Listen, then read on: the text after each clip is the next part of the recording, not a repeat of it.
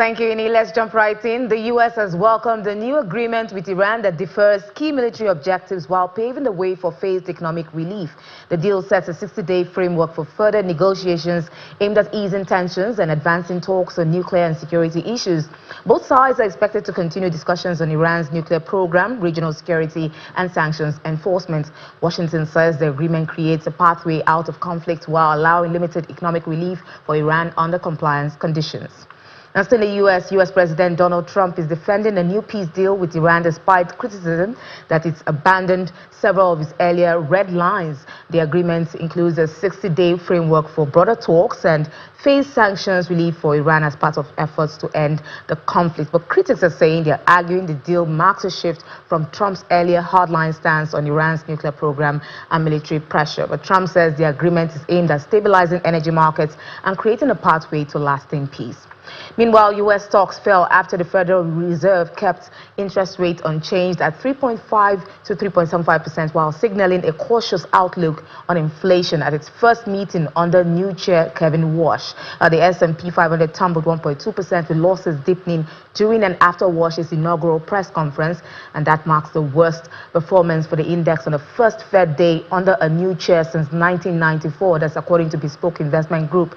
Markets reacted to a hawkish tone, with officials indicating rates could remain elevated for longer as inflation risk persists. Walsh reiterated the Fed's commitment to returning inflation to the 2% target while tempering expectations of near-term rate cuts. Investors also pointed to divided projections among policymakers, adding to uncertainty over the future rate path. Now, volatility in the British pound has risen to its highest level since March as markets await a Bank of England policy decision and a closely watched UK by-election.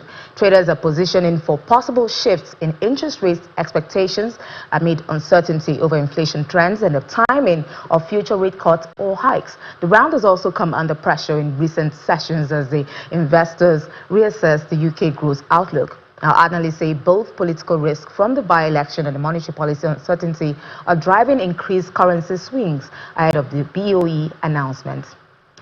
We're going now to Asia, where India's National Stock Exchange, as the largest stock exchange, has filed draft documents for a long-awaited initial public offering, marking a major milestone after years of regulatory delays. The IPO is expected to involve the sale of about 6% of the exchange by existing shareholders and could value the bourse at more than $50 billion. The filing comes amid growing expectations that telecom giant Jio may also launch a public offering, potentially making 2026 a landmark year for India's capital markets. Finally, Noam Shazer, one of the leaders behind Google's Gemini artificial intelligence models, is leaving the company to join OpenAI, the maker of ChatGPT.